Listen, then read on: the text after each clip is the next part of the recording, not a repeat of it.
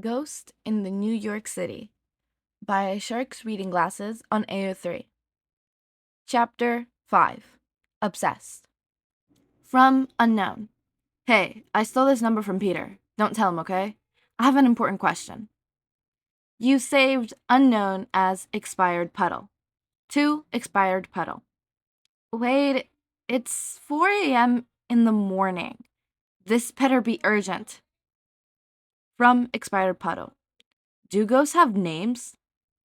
To expired puddle. I'm going back to sleep. From expired puddle. Come on, Danny. I'm dying to know. To expired puddle. That was horrible, even for me, and I'm almost dead. From expired puddle. Pretty please? To expired puddle. Shades don't really have names. Like I said before, they can't talk, and their awareness is limited to I and them. The only ghosts I know of that have names are specters, and it sounds like they name themselves. From expired puddle. So what you're saying is, it's okay if I name them Fredo? To expired puddle. They're not a dog, Wade. From expired puddle. It's a placeholder name. Typing. To expired puddle. All right, fine. Is Fredo still visible? I don't think I gave them that much ectoplasm. From expired puddle. No, they disappeared a while ago. But now that I'm aware of them, I can sort of feel them, I guess. They like to sit on my shoulder or cuddle into my neck. It's kind of distracting. To expired puddle. Sorry, I didn't think they'll bother you that much. From expired puddle. Don't worry about it, Home Slice. It's cool. To expired puddle. Well, if that's all the burning questions you have, I'm going back to bed now. Talk to you later, Wade. From expired puddle. What? But we haven't even exchanged an embarrassing stories. To expired puddle. Good night, Wade. From expired puddle. Ugh, you're no fun. Danny woke up to the sound of the hotel shower running, his eyes watery as he struggled to wake up. He turned over onto the sheet to look at the nightstand, the digital clock reading 8:31 a.m., and Jazz's bed empty. Danny groaned and dragged a pillow over his head to muffle the sounds of Jazz in the shower, hoping to catch a few more winks before his phone alarm went off at 9. Just as he was about to drift off, someone was knocking at the hotel door. Danny pressed the pillow tighter over his head and snuggled deeper into the covers, hoping whoever was there would go away, but the knocking continued after a moment. "Danny!" Jazz shouted through the bathroom. "Get the door! It's probably Mom and Dad." Danny frowned as he picked up his head from under the pillows and threw off the covers, rubbing his eyes as he got up and sulked to the door. I don't remember making plans to have breakfast with them this morning, Danny thought as he unlatched the chain and opened the door. "Morning, Daniel," Dad said, smiling way too brightly for this early in the morning. His mom and dad had traded in their hazmat jumpsuits for some nondescript shirts and plain jeans, but it was a little weird seeing them so normal. "Hey, Dad." Danny yawned, brushing his bangs out of his eyes and moving aside to let his parents in. "Danny, you're still in your pajamas," Mom scolded. "Did you just wake up?" "Didn't know we were on a tight schedule." Danny yawned again, going to his suitcase at the end of the bed, yanking it out from the top covers, and unzipping the sides and pulling out some clean clothes. His favorite NASA t-shirt, a worn pair of jeans with a hole in one of the knees, clean socks, and some underwear. "You didn't get our message?" Mom asked. Danny thought back to yesterday, trying to remember after lunch with his parents. They had split up again. Jazz had planned to visit the Museum of Modern Arts. His parents went to the mall to buy a few phones and tablets they could cannibalize into new ghost tech. And Danny had headed to a movie theater close to a hotel to binge watch a movie he had been meaning to see. It wasn't as fun without Sam and Tucker, but the look on the attendant's face when he finished 2 family-sized popcorn bowls had been hilarious. He had turned off his phone as soon as the previews for the first movie had started, and didn't turn it back on until he was out of the theater around 8:45 p.m. Danny recalled seeing a few messages notifications from his parents, but had assumed it was just one of their safety check-ins.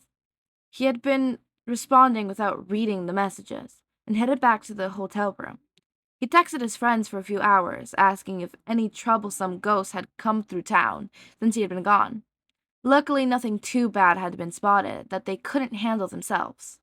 By the time they gave him a detailed rundown, it was around 10, and Danny decided to get some shut-eye. Sorry, Danny apologized as he re-zipped his suitcase and laid it back on the bed. I thought there were check-ins. What are we doing this morning? We're having breakfast with an old college buddy, Vlad, Dad announced happily. We're what? Danny shouted, sitting up so fast he went dizzy. It was the strangest thing, Dad continued like Danny hadn't shouted to a kingdom come, sitting down on Jazz's bed. We bumped into each other on the way to the mall. Wow, Danny said sarcastically. What a real coincidence. It really is, Mom smiled, sitting next to her husband. He invited us for breakfast as an apology for what happened in Wisconsin. Oh, and it'd be so nice to catch up with him again. Yeah, Danny grimaced. More like torture. Breakfast had been a nightmare. Danny and Jazz had mostly been quiet as the adults talked.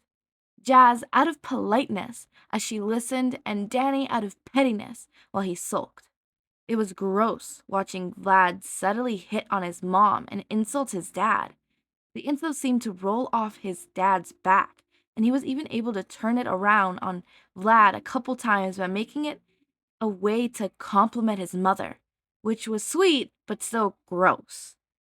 Danny tried to put a stop to it by slyly digging that only Vlad would get, but the plan backfired when the smug Fruit Loop had convinced his parents that it would be a good idea for Vlad to tag along with Danny around the city.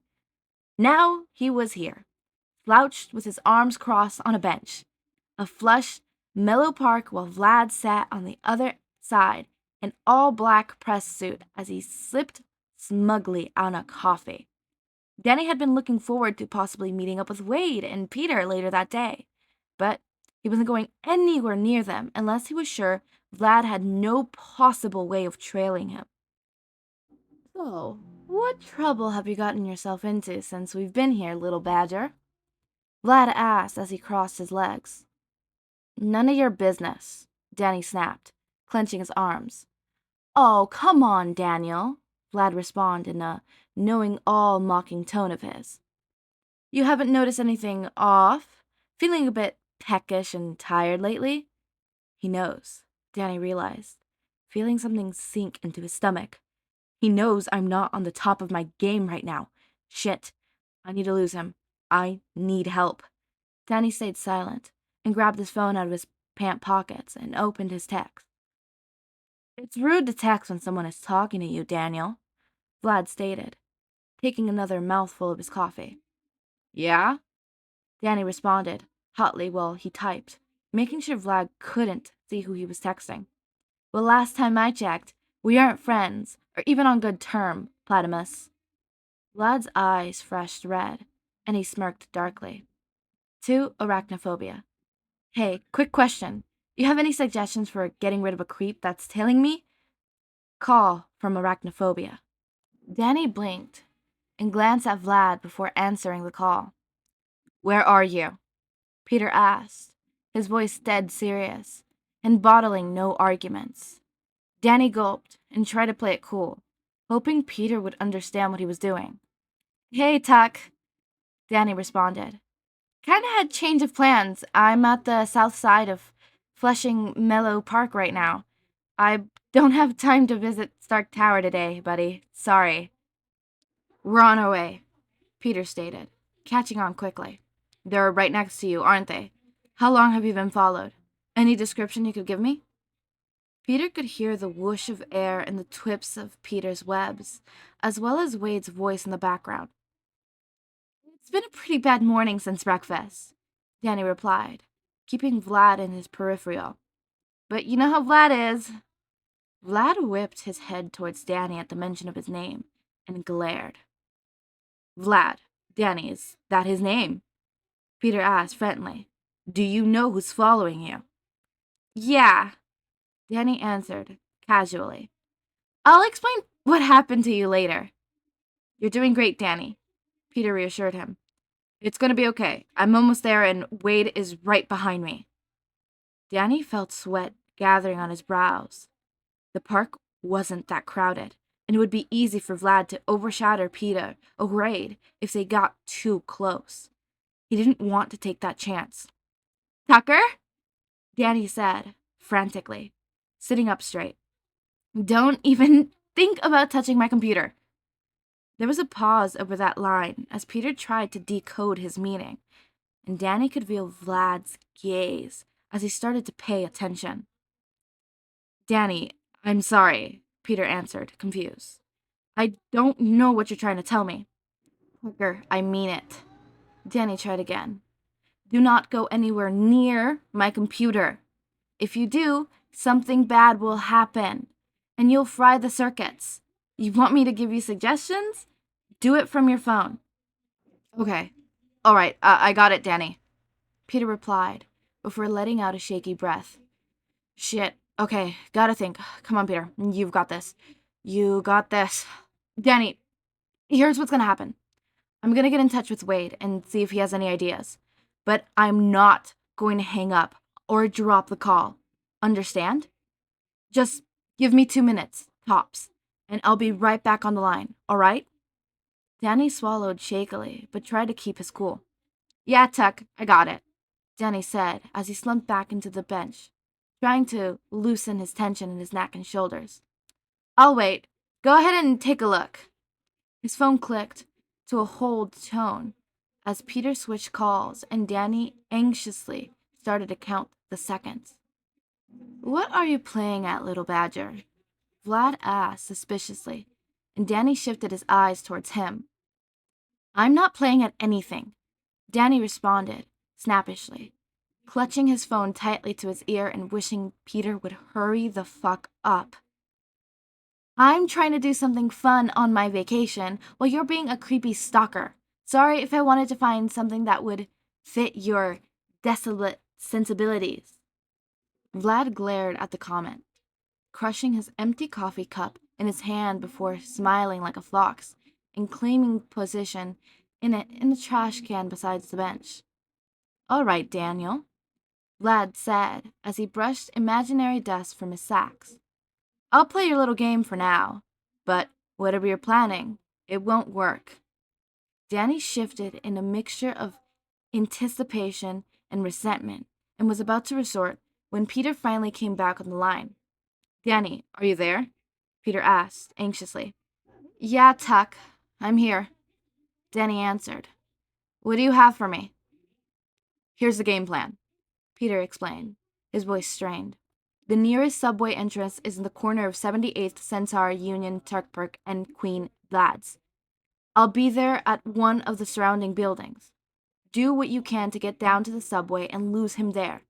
I'll keep my phone open, so if you have any trouble, you can call me. If he tries to stop you, make a goddamn scene. You hear me? Scream, yell for help, scratch at his face. I don't care. Just give me a reason to get down there. Do you understand so far? The first option sounds good, Danny replied, hating the possibility of Peter getting that close to Vlad. Where do I go from there? Ride the subway a few stops, then call Wade. You'll have a taxi that will take you back to the safe house. You ready to do this? Peter asked. Yeah, Tuck, Danny said as he licked his lips. I'll talk to you later. You got this, Danny, Peter encouraged. Then the line clicked dead. Danny snapped his phone shut and put it in his back of his pocket before he pushed himself from the bench. What droll activity have you found to amuse yourself with, Daniel? Vlad asked as he gratefully stood up. Natural History Museum, Danny answered, keeping a response quick and natural. They have a space exhibit I want to see.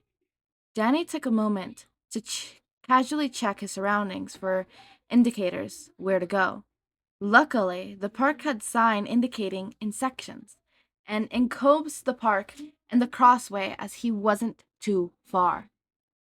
Ah, yes, your astronaut fantasy, Vlad snorted, walking up at Danny's side. How triad. Danny clenched his hands and flushed wholly as his eyes started to grow. He knew that he was exactly what Vlad wanted, but he wasn't basically riddling with his childhood dream. Asshole, Danny thought. That made their way to the intercept without much fuss, a tense silence between them as Danny struggled to force his eyes back to normal. Once they made it to the intersect, Danny made a show of looking at the street signs as if he was orientating himself, while he secretly looked for Peter on any of the roofs. When he spotted a dot of red poised at the ledge of the building, Danny felt knots in his chest loosen with relief, and his stomach whoosh in anxiety. He started to make his way towards the subway entrance when Vlad clamped a hand on his shoulder, like a constructor straying its prey. Where do you think you're going, Daniel? Vlad asked pointedly. Danny swallowed before answering. Subway's quicker than a taxi, Danny said, trying to get out from Vlad's grip, but he just clambered down tighter. You want to spend an hour in a cramped car during prime New York rush hour? And risk losing you to the crowds? Why, I'd never forgive myself. Vlad grinned and started dragging Danny closer to the street to haul a cab. Nice try, Daniel, but not good enough. Vlad halted him past the subway entrance and stopped at a curb somewhat close by to get a cab. He probably did it to rub it in Danny's face, but Danny could use that to his advantage. If Vlad thought he didn't have any tricks up his sleeve, then he was in for a surprise. Danny waited until Vlad's guard was down, and he loosened his grip on Danny's shoulders as he opening the cab. Danny pushed Vlad's hands off his shoulders and twisted back towards the subway entrance, swinging around the rails and jumping down the steps to amazing. He knew if Vlad didn't want a concerned cab driver calling the police, he would stay behind to possess the cabbie briefly to ease some of their memories, which gave him some time. Car 456 arriving in 2 minutes. Car 456 arriving in 2 minutes. Next stop, downtown Briarwood. Next stop, downtown Briarwood. The intercom stated. The subway maze wasn't a crowd as the one Danny had seen in Bronx, but that was probably because of the area. Most people were visiting attractions during the spring break, not public parks. That was bad news for Danny, as he was hoping for more cover and a thought of moving bodies. He nearly crashed into the ticket machine, feeding it a couple dollars while anxiously checking over his shoulder. The few people that were coming up from the platform and heading towards the exit watched him warily, wondering what the hell was his problem. But Danny just concentrated on pushing in the right ticket code. As soon as the machine spat out a single ride card, Danny grabbed it and rushed into the tunnels, trying to go at a hurried pace so he wouldn't attract attention. Just as he was about to reach the tunnels, he looked over his shoulder when he heard the obnoxious click of Vlad's leather shoes and saw him halfway down the stairs, walking at a brisk but casual pace. Car 456, now arriving. Car 456, now arriving. Departure in 1 minute. Departure in 1 minute. Next stop, downtown Briarwood. Next stop, downtown Briarwood. Danny's breath hitched as his instincts to go invisible and tangible pulled at his ghost core, but he was gritted his teeth and reeled in the ghostlessness as he tuned forward, holding his Metro card in hand. Danny walked as calmly as he could to the terminals and swiped in through the card reader, only to jerk back when the revolving arm stayed locked. Danny panicked and swiped the card again when he noticed that the card was facing the wrong way. Oh, come on! He flipped the card around, Danny listening to the sounds of Vlad's steps getting closer. He swiped the card frantically for the third time and swore he briefly felt Vlad's hands glaze his shoulders as the terminals gave him way. Danny didn't bother turning around, afraid that Vlad might just turn intangible and go through the tunnels. He dashed down the stairs to the subway platform, making sure to follow the signs for downtown side, and nearly tripped on the last step. He tumbled briefly before recovering and fled into the first open subway car he saw. He slid into the nearby empty car, earning a few looks from the other passengers as he gripped one of the poles to swing himself into a seat. He glanced through the window just as Vlad made it to the top of the subway stair. Car 460, now departing. Car 456, now departing. Next stop, downtown Briarwood. Next stop, downtown Briarwood. Danny breathed a sigh of relief as he felt the car station and slumped into his seat, his head hitting the back of the rest of the chair. He took a moment to relax before he dug his phone out of his back and dialed Wade's number. Hey, Danny, Wade said when the call connected. I'm heading to Briarwood Metro Station. Vlad smirked as he headed up the exitway, keeping tight control not to shift his eyes at his core thumbing in excitement. It looked like his little expedition to New York would be incredibly more lively than he was expecting. Well done, little badger. Well done. Peter was waiting for them when Danny and Wade made it back to the safety house in the late morning, hauling Danny in by the shirt when he opened the door.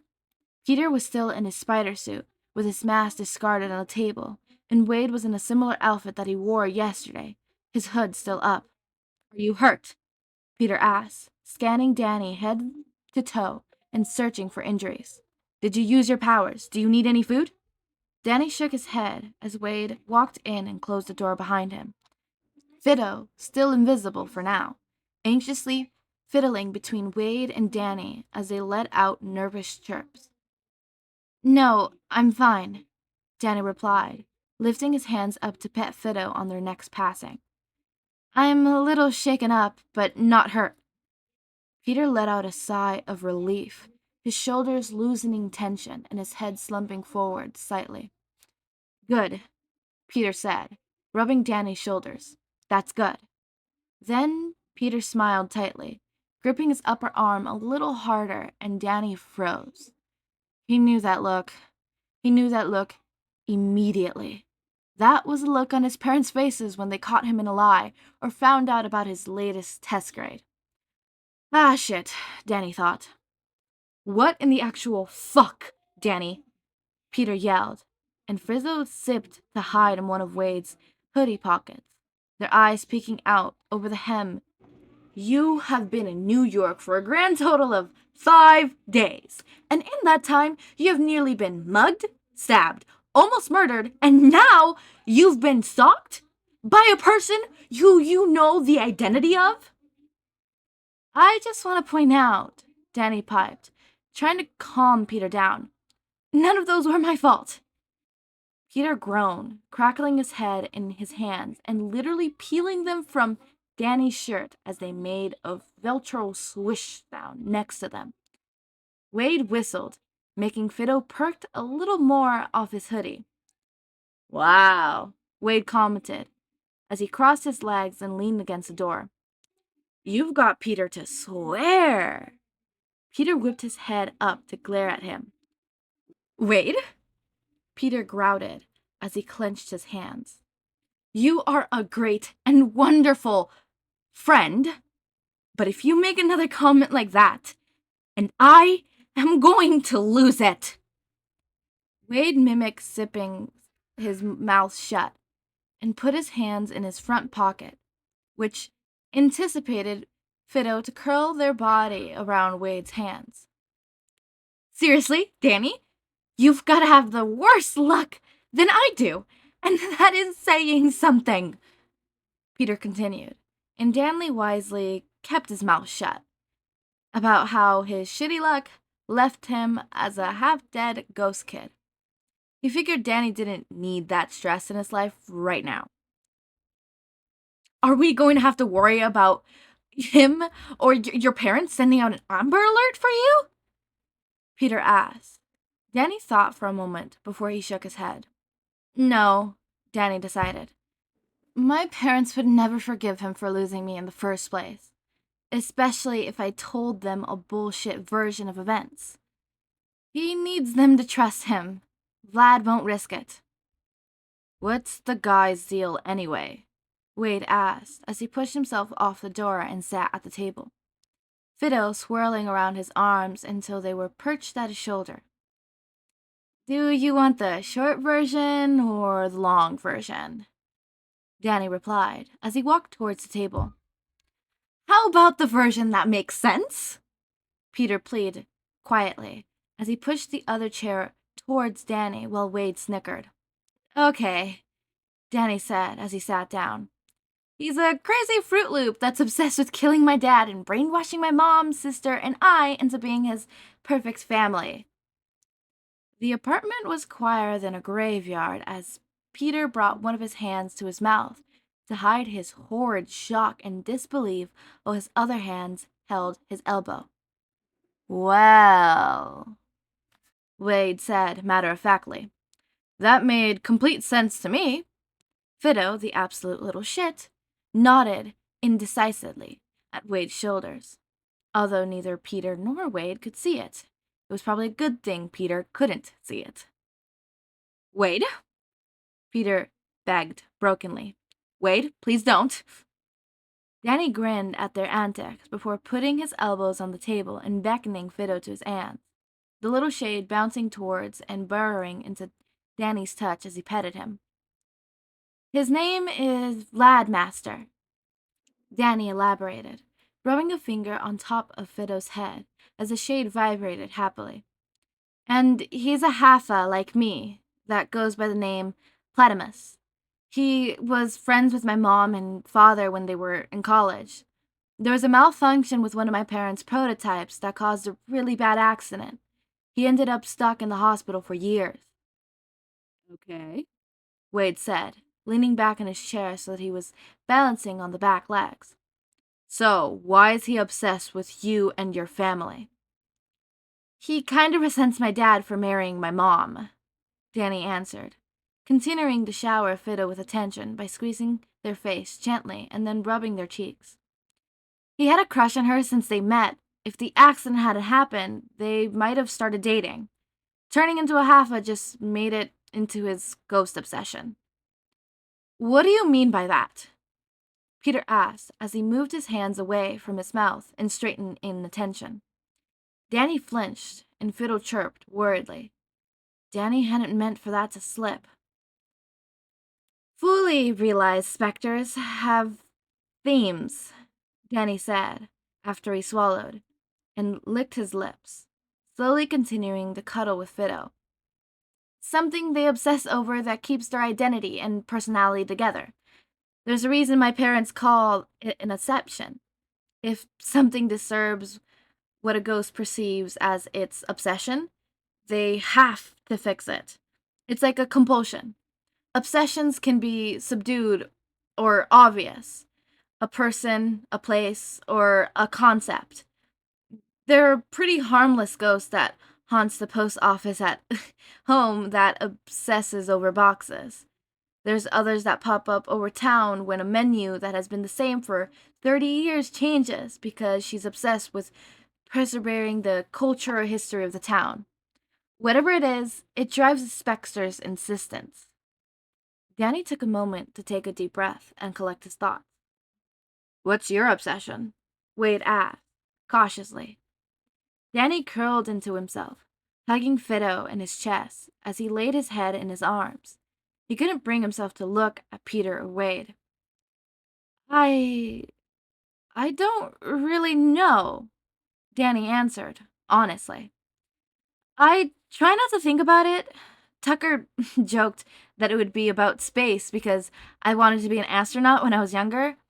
Sam thought it was about being a hero when I started fighting ghosts, but fighting ghosts doesn't feel like a compulsion. It's something I want to do and enjoy sometimes, sure, but I'm not compelled to fight a ghost every time I see one.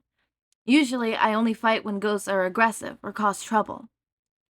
It was quiet for a second as Wade and Peter processed what Danny had told them, while Danny continued to cuddle with Fido, the shade glittering in comfort. Why don't you like to think about it? Peter finally asked. Danny flinched again, slightly more violent than the last time. Vlad is considered a half-up by other ghosts, but he's more ghostly than I am, Danny answered as he shivered.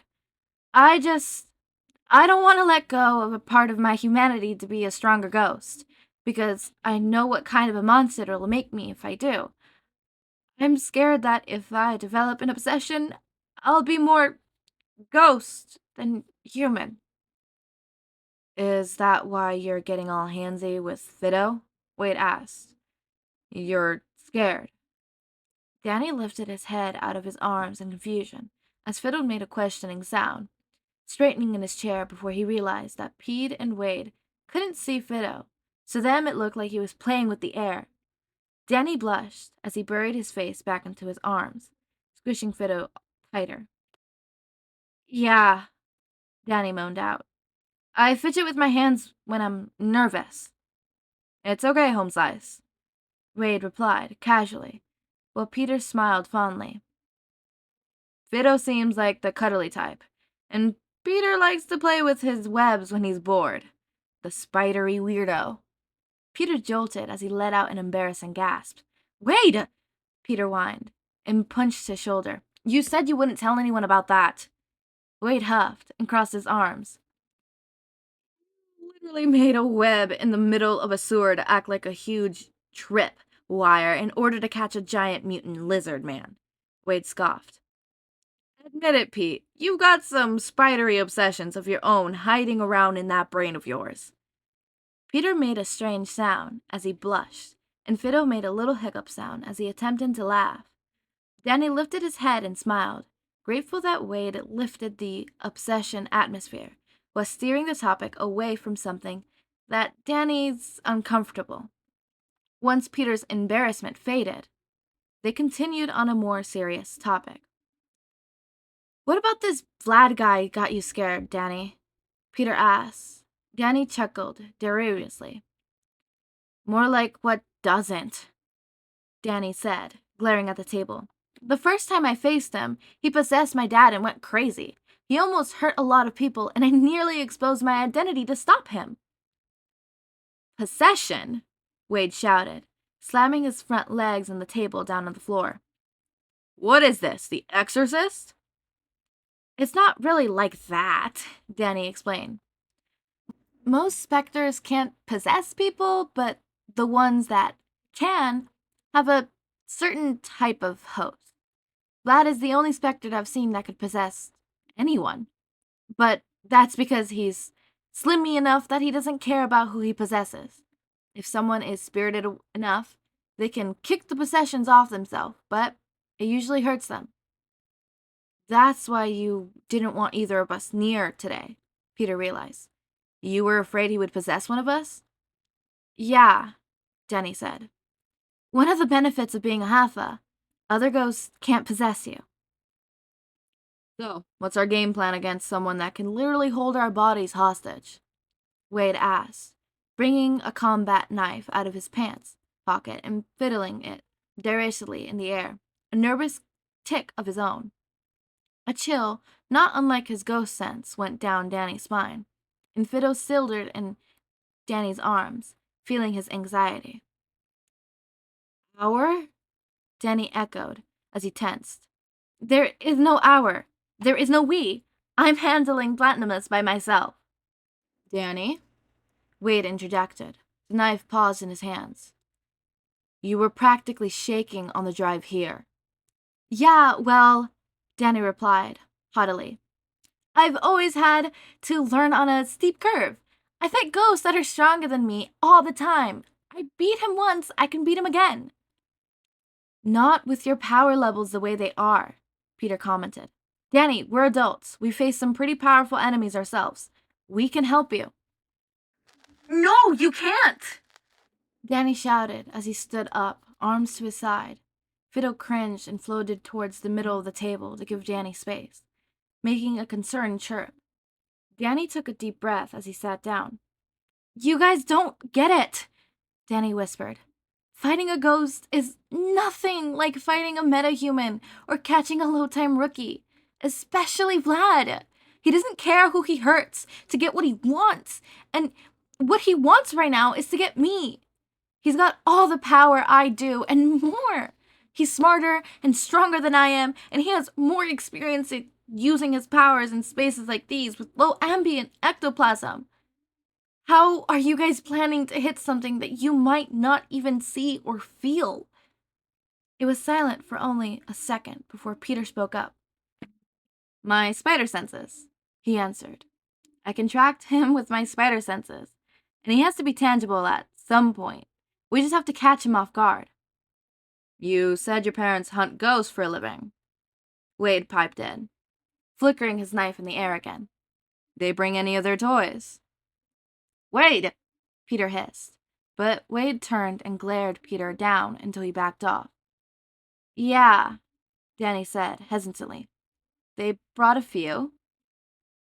Then see if you could hook us up, Wade suggested, then added a quick and a dark look from Peter. Or at least get us something to protect ourselves with. You guys have to at least figure it out ghost repellent, right? All right, so maybe you guys can help, Danny concealed. Any ideas for a plan? You said this guy has more experience using his powers in places like this, Wade stated, pointing his knife at Danny. That means he's under the same rules as you are. If he runs out of juice. And here, Wade mimicked a gun with his other hand, pulling the trigger. Boom! Hasta la vista. Make it an endurance match, Danny excelled, impressed by Wade's tactics. He didn't realize Wade was so smart. Bingo, Wade replied. And he doesn't know that we're your backup, so we've got the element of surprise. We still need to figure out where and when, Danny started. Ghosts can't fight because a lot of collateral damage, and I need this fight to stay under the radar if we don't want my parents involved. At the mention of parents, both Wade and Peter flinched, enough that Fido made a worried sound at them. Little Neck Bay, Peter answered, perking up. There's an abandoned shipyard there. It's got some good vantage points I can maneuver from, and it's fenced off from the general public. We should probably do this later tonight, Wade commented, leaning his chair back.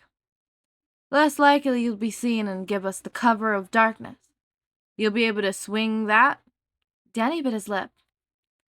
My sister found out about my ghost few weeks ago, Danny stated. She's kind of determined to help out any way she can with this ghost stuff. If I explain to her what's going on, she'll cover for me, but I might have to mention your alter egos. You guys cool with that? Peter tensed unhappily while Wade flinched. Try not to mention me if you can, Wade replied. I don't want you getting flashed about associating with someone with my less stellar past. You got it, Danny nodded in complete seriousness. Peter? I'm not happy about it, but if that's what it takes, then do it, he answered. Just keep it at Spider-Man only. Danny nodded again, and it was silent for a few moments, Fido circling around their heads sporadically. What are we going to use as bait to get Mr. Tall and Creepy to the shipyard? Wade asked, twirling the knife between his fingers. Me, Danny replied, crossing his arms uncomfortably. He may have sucked my family across the country, but He had to find out where my family was staying by tracking my ectoplasm nature. Remind me to shove my boot up this creep's ass if I get the chance. Wade murmured darkly. So what? We just show up at the shipyard and he'll find you? He's probably is watching the hotel, Danny replied. If he spots me leaving late at night, he'll follow me, and he'll do it without powers if he wants to conserve energy. We just have to be faster than him. I got that covered, Wade said as he put his combat knife away and pulled out his phone. You're a taxi driver again? Danny chuckled as Wade pushed the numbers. Hey, Wade whined. Don't be dissing on my man Dopinder. Best taxi driver in the state. Danny chuckled again, shaking his head, with how the guy had managed to get them from Bearwood back to the safe house.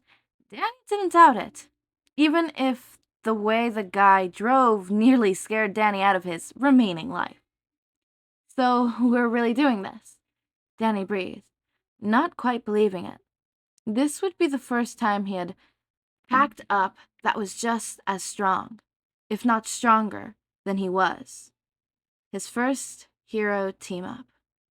Yep, Danny exhaled loudly. We're really doing this. Just give us a rundown on yours and Vlad's powers so we know what we're teaming up against.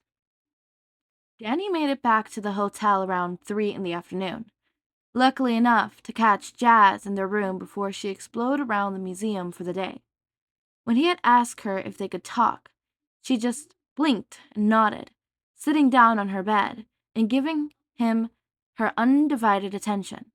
He explained the whole situation from the beginning, showing her his and Spider-Man's picture, about why he was eating so much lately, and about Vlad, and what he was trying to do. He could tell she didn't quite believe him at first, but the seriousness in his voice and the desperate look on his face persuaded her. In the end, all she had asked was, "What can I do to help?" With Jazz's assistance, they managed to get into the ghost RV without their parents knowing and started to collect the items Danny would need. Jazz swiped 2 anti-possession wristbands, a few Cadillacs, an unfiltered ectoplasm that powered most of their parents' tech, and a few syringes, while Danny grabbed 2 ectoguns and a handful of long ammo capsules for Wade. They would all need the ammo they could spare if Vlad decided to duplicate. When Wade had heard about the duplication, he had thrown his hands up in admiration. Oh, you've got to be kidding me. What kind of Gary suit OP motherfucker villain is this? They headed up to their room again, and Jazz helped him with the painful process of injecting himself with 1 dose of unfiltered ectoplasm. The ectoplasm in his energy stash was filtered ectoplasm. It had no chemical containments, and was more facile than unfiltered ectoplasm, which is why his parents didn't use it for powering their smaller gadgets. If using pure ectoplasm was like taking a shot of adrenaline, unfiltered ectoplasm was like drinking a really bad energy drink. It did the job, but it had some side effects. In Danny's case, his ghost half had to clear his body of the chemicals impurities in unfiltered ectoplasm, which in turn made him itchy and uncomfortable. The effects would wear off in 30 minutes to an hour, depending on how contaminated the dose was, and Danny could use it in a pinch. But, in general, it sucked. To play it safe, though, he dealt with it, as well as 2 more unfiltered doses, and what was left of his energy stash with him to the fight. As Danny tossed and turned on his hotel bed, trying to ride out the effects of the infection, Jazz prepped 2 other syringes with unfiltered ectoplasm before giving him the pillows from her bed so that he could get comfortable. She sat down at his side of the bed, combing a hand through his hair and rubbing his back. "I'm really proud of you, Danny," Jazz said as Danny twisted to get comfortable. He paused after he rolled back onto his back and shot her a questioning look. "For what?" he asked. "For a lot of things," Jazz shrugged. "You coming to talk to me instead of trying to go behind my back, asking for help, being responsible.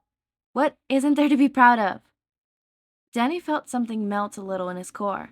and reached over to wrap his arms around her stomach in a hug. His parents never really said anything beyond a scolding about his grades, even when he managed to bring them back up, and he could tell sometimes that they were just disappointed that he didn't take after them. It was nice having someone be proud of him when he wasn't doing the things that he felt were important. Mi amavo, Jazz, Danny whispered as he squeezed her tight. Jazz didn't speak Esperanto, but she understood the sentiment anyways. You too, Danny, she said as she squeezed him back. Danny grabbed his backpack full of supplies and headed to the front of the hotel after a quick goodbye hug from Jazz, around 7:30, just as the sky turned pink and orange as the sun was starting to set. He made sure to hang out on the sidewalk for a few moments, flaring his course slightly to get Vlad's attention, before he spotted Dopender's taxi and hopped in the empty back seat. They had decided before Danny went back to the hotel to meet up in the shipyard separately, so Vlad wouldn't get a heads up. Thanks for driving me, Dopender, Danny said, shoving his backpack to the other passenger seat and getting comfortable. No problem, Dopender replied, pulling away from the curb and easing the car into traffic. A friend of Mr. Poole's is a friend of mine. Danny chuckled slightly before bringing one of his hands up to his mouth and biting his nails. It's how Dopender normally drove. Danny had been at the shipwreck in 15 minutes. But they needed to slow enough for Vlad to follow them. The plan was to lose him when they were near the shipyard, giving Danny enough time to show Wade how to use the ectoguns and hand out the wristbands before he flared up and led Vlad to their location. That meant they had at least 35 minutes until they got to the shipyard, which gave him a lot of time to overthink and worry, while he tried to relax a bit. He texted Wade and Peter to let them know he'd managed to get some of his parents' gear. By the time they made it to the abandoned shipyard, it was nearly 8 and the sky was completely dark. Danny grabbed his backpack and out of the car, swinging by the driver's seat to thank Dopender, before climbing out over the fence of the surrounding shipyard as the taxi drove away. A few office buildings surrounding the shipyard from across the street, and the shipyard was scattered with a handful of moving cranes, the metal shears rising in the sky like a ribcage of some giant monster. A few shipping containers laid abandoned and opened on one side of the yard, while 3 depicted warehouses were cluttered on the other. A wide pyre of some kind of trucks jolted out of the water, littering with holes as seawater rusted away the metal. Puddles of ocean spray were everywhere, and the whole place was cool and damp. Danny peered inside one of the warehouses as he passed and saw it was empty except for a few pieces of rotten wood and corroded metal, the roof of the furthest corner collapsing inwards. He thought about checking the other warehouses to make sure they were equally empty until he spotted Wade leaning against the centralmost cane. He was dressed in his Deadpool suit, stained swords, Danny suggested, with a handgun in one of his upper thigh holsters, and facing towards Plier and away from Danny. Danny jogged quietly over to him and called out when he was close enough. Wade, Danny whispered. Wade turned to look at him. Hey, home. Jesus Christ! Wade yelled and stumbled back from him, gripping his suit over his heart. Danny jumped and turned to look over his shoulder, but nothing was there. What? Danny asked, looking back at Wade, who was leaning against the crane with his arm. For once, Wade beckoned as he caught his breath. Just once. Could you and Peter stop finding new ways of scaring me? Danny tilted his head, confused. What? Danny repeated. What did I do? You got the eye shiny, home slice, Wade replied, digging his phone out from his many pockets and showing Danny his reflection on the screen. Instead of black, the pupils of his eyes shined green as it caught the scattered city lights. Danny blinked. He didn't know his eyes could do that. Danny replied, shrugging off his backpack and putting it on the ground, leaning down to unzip it and bring out the supplies. That's new. Cool. Wade sighed before dragging a glove over his mask. Now that you've filled your daily quota of giving me a heart attack, I think we've got a small problem, Wade said. Danny tensed with his hands still in his backpack and tilted to look at Wade. And there was Fido, hovering over Wade's shoulders and smiling innocently at Danny. You brought Fido? Danny yelled as he jumped from the ground, his voice cracking as he raised both hands in his hair in distress. I knew I was being followed, but it's not like I brought them on purpose, okay? Wade snapped, clearly upset that Fido was there as well. It's not like I could lock them in a cage or something. Danny scrubbed at his hair and started to pace. No good, he moaned. No. This is so not good. A stray hit from an ectoplasm will destabilize them. Danny stopped by Wade and grabbed Fido off his shoulder, holding them securely in his hand and bringing them to his face. What are you doing here, buddy? She too is sick shielded dialogue. Fido bumped his head briefly against Danny's forehead before determinedly wiggling out of his grip and floating back to Wade, clutching onto his neck and shoulders. Danny laced his fingers behind his head and tried not to panic. Both Danny and Wade perked up when they heard the flip of Peter's webs connecting to the crane they were under, and a few seconds later, Peter was swinging down beside them. Hey guys, what's... Danny paused before shooting Wade an interious look. Wade, you didn't. If by that you mean bring Fido along in a very dangerous mission, then no, I didn't. Wade deadpanned before throwing his hands up. They brought themselves. Peter groaned and raised a hand to cover his eyes before turning his attention to Danny. Can't you make them go back or something? Peter asked. Danny shook his head. They're determined to stay. Danny sighed. The most I can do is power them up enough that intangibility is too hard to control and keep them in my backpack. Then we'll try that, Peter relented. But let's get fitted out first. You said you brought some of your parents' gear? Danny nodded and emptied his bag. He grabbed the anti-possession wristbands first, handing one to each of them. The devices themselves looked like a thick metal waistband, with a small button on the sides. When both Peter and Wade brought them on, Danny pressed the buttons, which lit up a green to indicate it was on. This will prevent you from getting possessed, Danny stated. But it won't keep Vlad from touching you.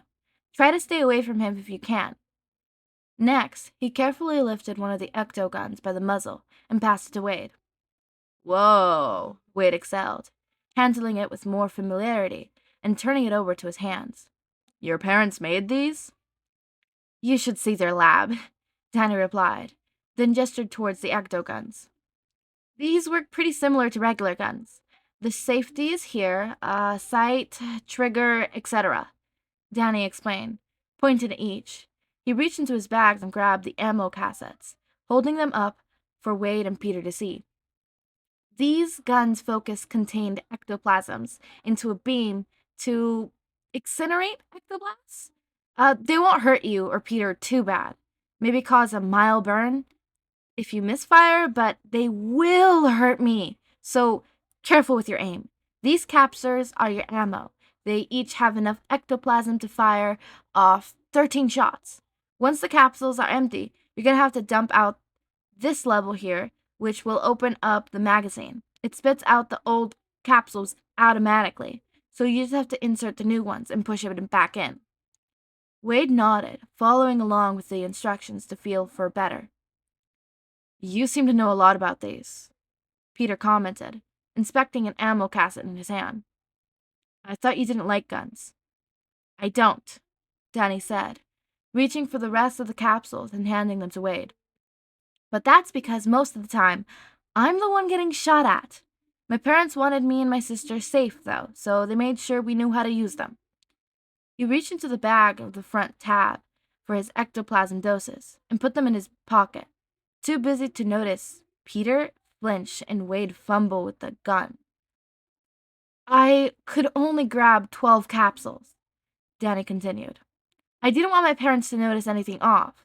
Sorry I couldn't grab anything for you, Peter. It's fine, Peter responded. Thanks for getting what you could. Danny nodded, then turned to Fido and motioned them forward. Fido reluctantly floated towards Danny's hands. All right, Fido, Danny started, exhaling energy mist over them, making them visible. Gonna get real scary here in a few minutes. I need you to stay in my bag and hide, okay? Just stay here and we'll come back to get you when we're done. I promise. Danny loaded Fido into his bag, but before he could zip it shut, Fido flew out and dashed back to hide behind Wade while eyeing Danny suspiciously. Danny sighed and hid his face in his hands, nearly bustling in frustrating tears. Hold on, Wade said, handing the ecto-gun to Danny before reaching for the backpack. I've got an idea. Wade zipped the backpack partly shut, leaving just enough space that the bag was slightly open, and then put his arms through the straps so that it hung on by his side. He turned to Fido and held out one of his hands. Fido cautiously landed in Wade's palm, chirping nervously. Hey, buddy, Wade said softly, patting the backpack with his other hand. Look at this. A nice little cozy spot for you. Why don't you go ahead and try it out? Then you could hang with me for the rest of the night. Fido curled up into Wade's palm, switching between looking at the backpack and at Wade. Wade carefully and slowly lifted Fido from the lip of the bag, and Fido cautiously moved forward to peel inside before quickly backing out again. They made a nervous chirp before sliding inside, making sure to keep their head above the lid of the backpack. Instead of zipping the backpack close like Danny thought he would, Wade slipped the other strap of his shoulder and then tightened them so both the backpack was secure before reaching behind him and placing Fido on the head. This'll work, right?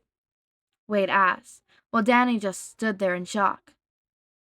You want to carry them around? Danny responded, handing Wade the first and then the second ecto-gun.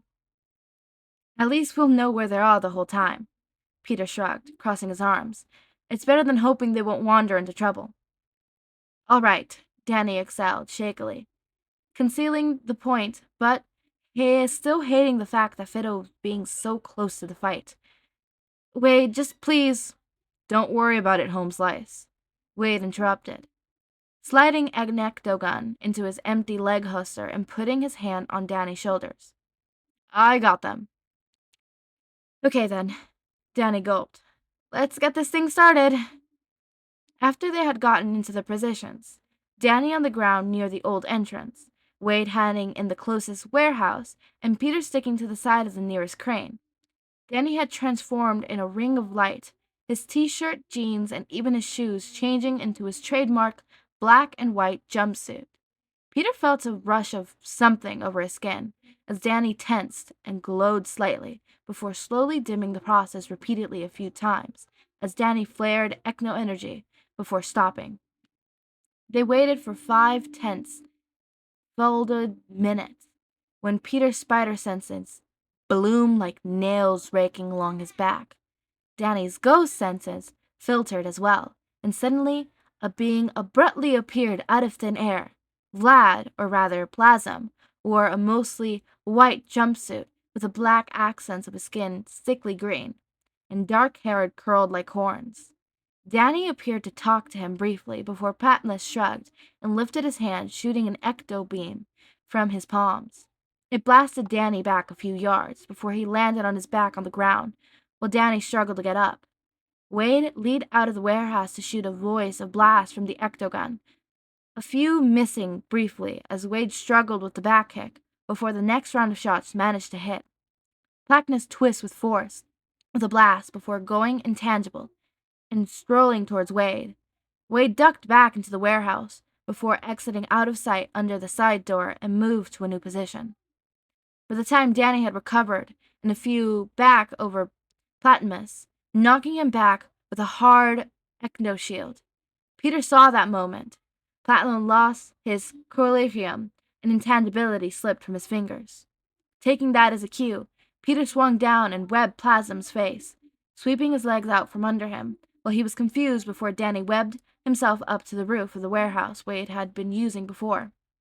Danny used the moment to shoot his own energy beam, but Platinum phased into the ground before the blast could hit, leaving a smoking chard on the ground, and Plasm reappeared a few seconds later. They had continued this style of fighting for a while, Peter and Wade ambushing Plasm, while Danny continued most of his attention. The tone of the fight shifted when Plasm duplicated and produced two clones. One of them flew off in Wade's direction, and the other headed for Peter, while the original stayed to fight with Danny. Peter swallowed as the vampire-like ghost hovered across from the position on one of his cranes. As much as he hated to admit it, Peter was more worried about Danny and himself than he was about Wade. He and Danny were taking more hits than he would have liked, but Wade was deadly with any type of gun, not to mention had a head for tactics and unorthodox methods to his reincarnation. "There you are, you little pest," Platinos hissed, and raised his hands to shoot an ectoblast. Peter let out his sighty senses guide him, twisting out of the path of the ectoblast and around to the opposite side of the crane. He tried dodging another blast by swinging to a different crane, when his webbing line was snatched out from the air and he was dragged to the ground. Peter landed on his side and back with a crack, feeling 3 of his ribs snap cleanly. He howled in pain, arms curling around his injury side, before he pushed himself up with his spidey senses railed across his back again. He looked around for a vantage point to swing to. He realized he had been heading towards an empty spot of the shipyard, too far away from the cranes to web. "Nowhere for you to run now, spider." Platinus ground, raising his hand again. Peter grimaced as he breathed shallow in his broken ribs. "I've been told I'm hard to catch," Peter replied, holding one of his arms out at the ready. "We'll see." Platinus smirked, and then disappeared. Peter quickly shut his eyes and blocked out all his sensation except touch, hearing, and his spidey sense pinged. 1, 2, 3. Energy beams. Left jag at his head. Right jab at his chest. Uppercut on the stomach. Peter dodged them all until he sensed an opening and struck out. Feeling his hit connect and something crushing under his fist, Peter opened his eyes to see Platinum's head thrown to the side, green ooze dripping down his chin from his broken nose. "You'll pay for that," Plasm ground, his eyes glowing an intimidating shade of red as he raised both hands, fingers glowing ominously, and energy whining in a pitch hum. "Get behind me!" Danny shouted, zooming in out of nowhere, planting his feet firmly on the ground and raising his hands. A green ecto-shield dome slammed down just as Plasm fired. The beams reflected back at the clone in a surprised face. The clone melted in a puddle of various glue, and Danny let the shield dissipate, and he gasped for breath as a white ring formed briefly around, fading out while falling to a knee.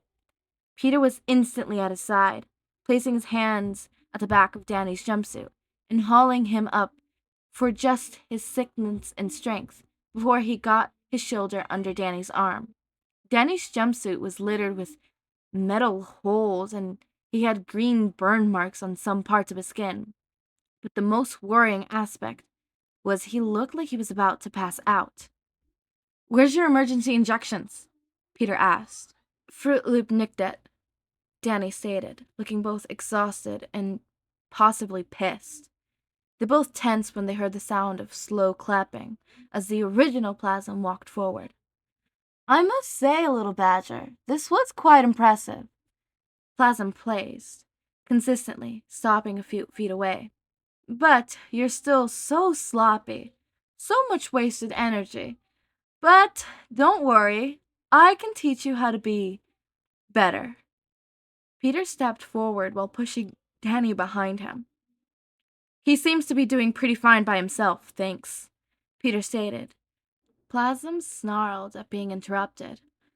"Ah, yes," Plasm replied, while charging an energy beam and pointing it at Peter. "The spider.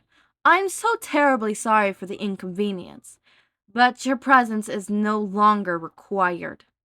Before Plasm could fire, a green energy beam hit him in his chest from the side, knocking him back a step.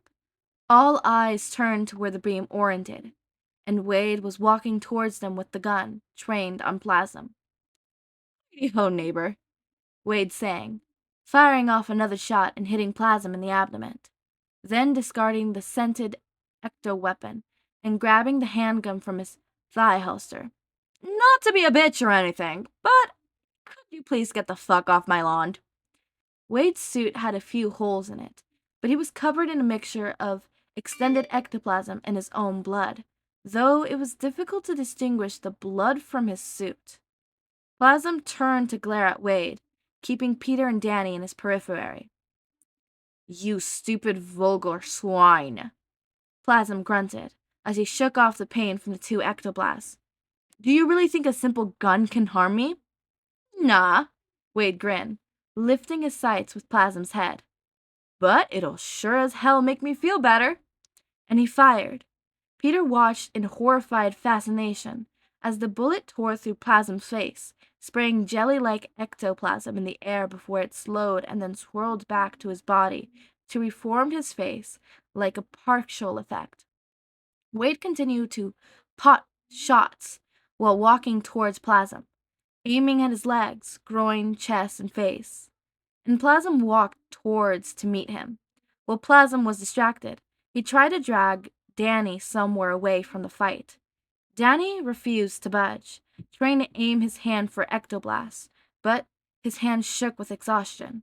When Plasm was finally close enough, Wade tried to pistol whip his head, but Plasm turned his head intangible, then grabbed Wade's neck in one hand and his wrist in another, pointing the gun down before wrenching it out of his grasp. He held the gun up for them to see, and the gun turned bright orange as it melted in Plasm's hand.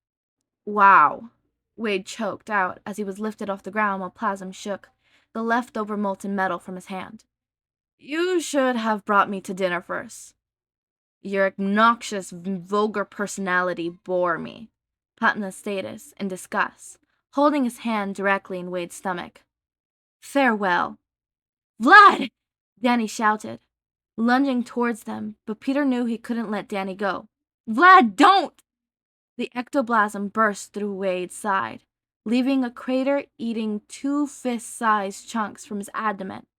Wade yelled as he squirmed in Plasm's grasp before he was dropped to the ground on his injury side, as blood and visceral poured around him. "God damn it, motherfucker, that stings!" Wade howled as he held up what was left of his intestines in his abdomen. "When my guts finish reforming, I'm firing a bullet up your ass." Peter nearly hauled as he started to try and pull Danny away, but froze when the prickle of his neck he associated with Danny turned into blades slipping down his spine. "I'm dreaming," Danny thought dazedly, while he, apt as mindless, clutched at his suit where his core was. "I have to be dreaming." Danny had to be dreaming because Wade was lying on the ground surrounded by bits and pieces of himself. There was a lake of blood forming around him, filled with little chunks of his kidney and intestines. A string of skin and connected tissue were hanging from the outer edges of the hole on his hide, while blood bubbled out of his body like lava from an active volcano. He could see through the rough edges of what was left of Wade's liver, and gargantuous juices leading out of the pieces of his intestines. "Well, well," Vlad said, seekingly sweet. "Your resilience is quite astounding." Danny threw up slightly in his mouth, realizing Wade was still alive and squirming in agony. Danny felt as if he was being pulled apart at the seams from the inside out. 2 opposing forces warring inside him. On the one hand, he was desperate to try to get a hold into his ghost form and keep from passing out. On the other, he was pushing back against a tsunami of energy at his core vibrated violently in his chest. His entire being froze when Vlad leaned over Wade interestedly. "What is this?" Vlad asked, starting to reach past Wade's shoulders. "A shade." Danny's vision widened out, and he was drowning as his ghost core overwhelmed his humanity. Danny's ghost form rippled before Peter's eyes as Plasm reached for Fiddle, the little shade clutching Wade's shoulders protectively. Peter wasn't the only one who felt the change. Plasm stilled before turning his attention back to Danny. Danny's pale skin bloomed into the same sickening green as Plasm's, his irises turning bright red and his eyes flickering like an eternal flame. Danny raised his hand steadily and fired an ectoblast. Plasm soared with the force of the beam, rolling harshly on the ground a few times before he stopped. Danny flew over to him instantly, his fist glowing with blue energies until it formed a spiky chunk of ice around his hand. He hovered around the ground and grabbed the front of Plasm's jumpsuit, halting him up with surprising strength and flying high in the air before reeling his other hand back and punching Plasm in the face. 1, 2, 3. Peter flinched with each hit as he rushed to Wade's side. He's not used to Danny displaying this level of violence. "What's happening?" Wade groaned out, trying to sit himself up. Fiddle trilled nervously, and Peter pushed them as gently as he could back to the background. "I don't know," Peter excelled, grabbing Wade from under his armpit and hoisting him to his feet, making sure to keep sight of the trails on Danny. "I don't have a fucking clue, Wade." Danny beat down on Platypus, stopped for a moment. The ice on his fist dissipated. Were they talking again? It was still a few moments before Danny tensed and gripped Plasm's jumpsuit with his free hand, dragging Plasm close as he whispered something. And then Danny screamed. Danny wasn't quite sure what was happening. One moment he was on the ground by Peter, the next he was up in the air with Vlad's suit clenched in one of his hands. What was he doing just now? "My," Vlad grounded out, spitting ectoplasm blood on his chin, with eyes swollen and pink. "That's quite a look you've got, little badger." Danny flinched when he finally let out and remembered. His ghost core had bloomed outwards from his chest. That he needed to protect Fido, and Peter, and Wade, and Tucker, Sam, Mom, Dad, Jazz, overwhelmingly, and stiffening the humanity he usually carried in his ghost form. "No," Danny begged, trying to contain his energy. "No, no, please, change back, change back." "See now, little badger," Vlad continued, his tone bishoning and almost soft. "We aren't so different after all." "I'm nothing like you," Danny hissed, forcefully dissolving the ice that had formed in his hands. Vlad narrowed his eyes. "That is easily corrected, Daniel," Vlad suggested darkly, his eyes glancing down. "And Peter and Wade, all I have to do is get rid of your pathetic friends." Danny tensed, clenching Vlad's jumpsuit together. "Don't touch them!" Danny growled. "Ha ha ha!" Vlad laughed. "Or you'll what, Daniel? Kill me?" Danny's narrowed his eyes, grabbing Vlad's jumpsuit with his free hand to drag his face closer. "No," Danny whispered in Vlad's space. "I'll scream." He clutched Vlad's jumpsuit securely in his hands, leaning back, drawing in a huge breath and closing his eyes. And then he screamed. "Leave my friends and family alone!" The force of his ghostly wail shattered off the ectoplasm on Vlad's ghost form like scraping a knife across butter, leaving him dangling as a human in Danny's clenched hands.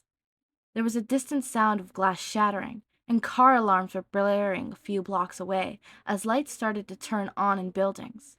Danny rapidly descended back to the ground and threw Vlad to the concrete and stumbled.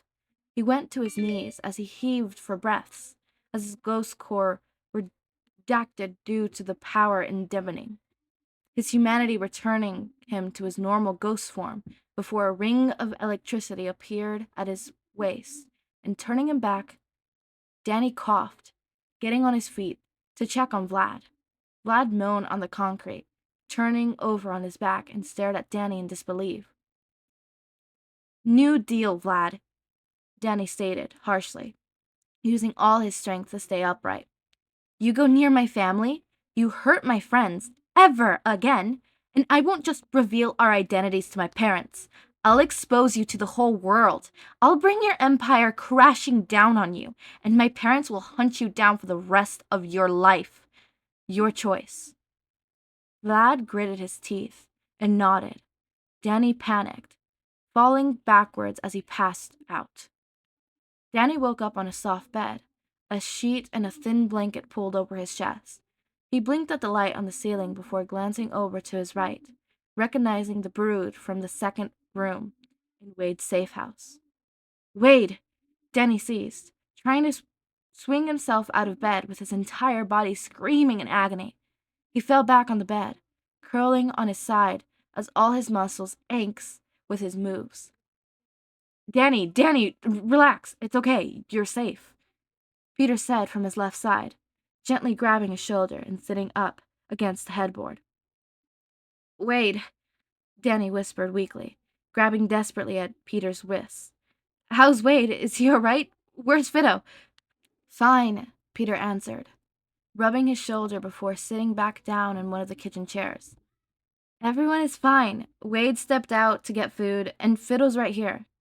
At the mention of their name, Fido barreled into Danny's chest, wailing tiny cries of worry. They formed sturdy arms to grip at Danny's chest in a hug and rub their face into their shirt. But, Danny gasped, cradling Fido in one hand, the other clenched in the blanket. But I saw... I know, Peter said softly, trying to soothe him. I know, but Danny, Wade has an amazing regeneration mutation.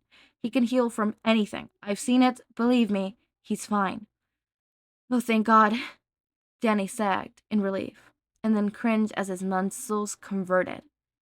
Why does it feel like I've been run over by a truck? You mean besides the fight we just won? Peter chuckled, leaning back in his chair. Yeah, Danny smiled, petting Fido as they chirped in his chest. Besides the fight we just won. Fido found 2 of your ectoplasm doses while we were leaving the shipyard, Peter replied. You mentioned that sometimes they cause you muscle pains, right? Yeah, I did. Thank you, Fido, Danny said, and Fido chirped happily, vibrating slightly. I was wondering why I wasn't gawing at the mattress when I woke up. Honestly, Peter laughed. I was worried about the same thing. Danny chuckled, bringing his other hand up to scratch Fido's chin, and the shade twittered happily. It was silent for a moment, and Danny tensed as the atmosphere became strained. What happened back at the shipyard, Danny? Peter asked calmly, crossing his arms over his chest. Danny froze before lurching over Fido, bringing his knees to his chest and hiding his face. I don't know, Danny whispered, starting to breathe heavily. I just saw Vlad reaching for Fido, and I thought he was going to hurt them. It felt like my ghost core flooded my entire body. Peter, I blacked out. I don't remember parts of the fight. Danny, Peter said, leaning forward and trying to calm down. But it was as if Danny couldn't hear him. That has never happened to me before. Danny exhaled with panicked breath, eyes glazing over Fido, whined at his distress. It was like I lost control of everything. Peter, you have to believe me. This has never happened before. I don't know what happened. I don't know. I don't know. Danny, Peter exclaimed, jumping up to sit on the bed with him. Danny, hey, it's all right. It's okay. Can you look at me for a sec? Danny shook his head while he trembled, heaving breaths as he started to hyperventilate. Okay, that's fine, Danny said softly. Would it be all right if I touched you? Can I give you a hug? Danny nodded, and he was engulfed in Peter's arms, his face pressed into his shoulders as breath stuttered. Good. That's good, Danny. Try to relax. Take deep breaths. There you go. You're doing great. They stayed like that for a few minutes, Fido squished between Danny's knees and chest, and Peter wrapped around Danny like a shield as he continued to calm down. Once Danny had settled, Peter pulled himself back to give Danny some space, but he stayed seated on the bed with his hands on Danny's shoulders. Danny? Peter asked. Can you look at me, please? Danny lifted his head and looked at Pete through the fringes. I'm going to tell you something important, okay? And I want you to listen. It's okay that you lost control. No, listen to me, Danny. You were stressed out and overwhelmed. It's normal for people to panic in situations like that. You were afraid that plasm was going to hurt Fido, and you stopped it, so you lost control. But the most important thing is, you got it back. You got it back, Danny. Danny's breath froze before he hitched, and he slumped forward into Peter's chest again, reaching up to clench his shirt in his hands. I was so scared, Danny whispered. I was so scared, Peter. Shh, Peter whispered back. It's all right, Danny. You'll be all right. In the warm comfort of Peter's arm, Danny nodded as she shifted into Peter's shoulders. Oh my God, was that long? Oh my God, I forgot how long that chapter is. I forget how some chapters are like really long. Like I know the longest one is almost 20k words, which would probably be 2 hours long. Or like, yeah, it would probably be 2 hours long. That's interesting. That is very interesting. I cannot wait till we get to that chapter. I'm being sarcastic. As much as I love doing this podfic, doing longer ones can be a little bearing. Not like I burn out or anything. It's just I have to take breaks in between like the recording itself because my voice starts to hurt. Like for example, right now, my voice is a bit raspy right now and it hurts a bit. So after this, I need to go on vocal rest, aka I will not be talking for the next 2 hours. I cannot record the rest of the videos I wanted to record today because my voice hurts so much. Or it doesn't hurt a lot, but I could tell that it's starting to get to the point where it's going to break out any moment soon. Like it's going to start to hurt me any moment soon. So after this, I'm going to take a long deserved break. So yeah, in this chapter, we got some of my favorite lines. 2 of my favorite lines. Okay, so one of them is, do you want the long or short version? And, you know, how about the version that makes sense? Love that. Absolutely love that line. I don't know why. Some of the dialogue here I like in this, you know, the way the author writes the dialogue. I don't know. I feel like the author did a good job at interpreting Wade's and Peter's personality. And before, I didn't even know their personality. Same with Danny's personality. But now I know their personality a bit more, and I feel like the writer and author, like the author really interpreted their personalities really great, and I really love it. I had fun this recording. Vlad being a stalker. The whole situation, I loved the way Peter and I'm taking off my hoodie right now. I love the way Peter and Wade immediately jumped on action. They're like, all right, who do we need to murder? Who do we need to kill? How are we going to do this? How is this going to play out? Like, what is happening? How is it going to happen? Where do we need to go? Personally, I just find that endearing. I don't know. It's like hurt comfort, right? Obviously hurtful because, you know, Vlad, and comforting to know that Danny has people who he could trust and who will help in situations like these. Like knowing that you have someone that will help you and that you could trust is like a huge thing, you know, because not everybody has that. You know, not everybody, you know, has that whole thing. Notes do not make sense. Oh, I can't even read the first word and it's just ghost talk, question mark. So I'm just gonna skip that one. Another line that I just absolutely love is, when my guts finish reforming, I'm gonna shoot a bullet up your ass, or something along those lines, which I love that line. It is so hilarious. It is so Deadpool. It really is. We're gonna talk about Danny losing it. Oh my God.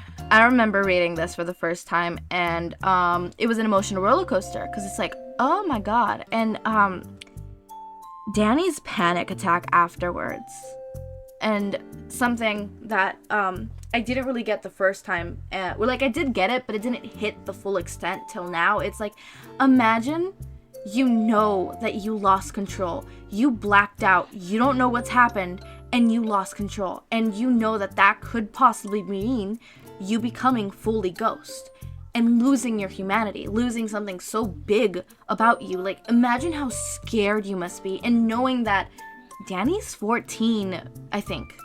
Is he 14 in this fanfic? I don't know. But he's a teenager. He's a kid. He's a little kid. He shouldn't have to go through all this fear and just... I do love the way Peter handled it. You know, the whole handling his panic attack, asking if he could look at him, is it alright to touch him, all that stuff. As someone who suffers from panic attacks on the regular basis too, it's annoying. Yeah, I really hate when people just hug me. I'm sorry. Don't. That's another notification. Who's texting me? Who's texting me? Who is it? Oh, notifications from Twitter. That's not texting, that's someone tweeted. Great. Oh, lovely. Thank you for reminding me I have no friends. I do have friends, I promise. Please, believe me. The sources is, trust me, bro. But as I was saying, Danny and his whole panic attack, and I just love how Peter, reacted to it. And, you know, this was just an emotional chapter. I had fun doing Danny's panic attack. But this was just an emotional chapter for everybody. And that's the only emotional chapter you guys have to deal with in this fanfic. And clearly I'm lying. Clearly. Have fun, because this isn't even the tip of the iceberg. I think a tag that would greatly express how much of an emotional turmoil this fanfic was for me is, it gets worse before it gets better. It gets worse before it gets better. I'll leave you with that. As always, make sure to eat, sleep, drink water, take your meds, have a wonderful day or night. Join our community Discord server. Link is in the description. Subscribe to see more of my content, and thank you so much for watching.